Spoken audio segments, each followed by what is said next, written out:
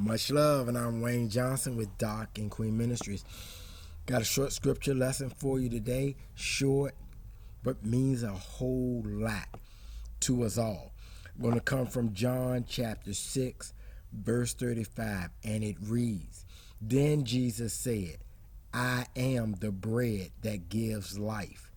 No one who comes to me will ever be hungry. No one who believes in me will ever be thirsty.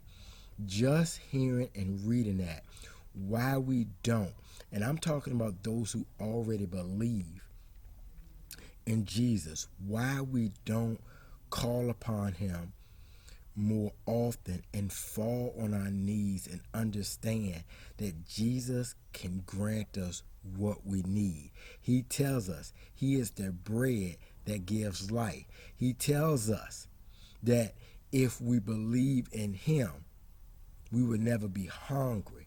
If we believe in him, we will never be thirsty. So, what we need to do is believe in Jesus so we don't ever be hungry again or thirsty again. Take care, God bless, and once again, much love.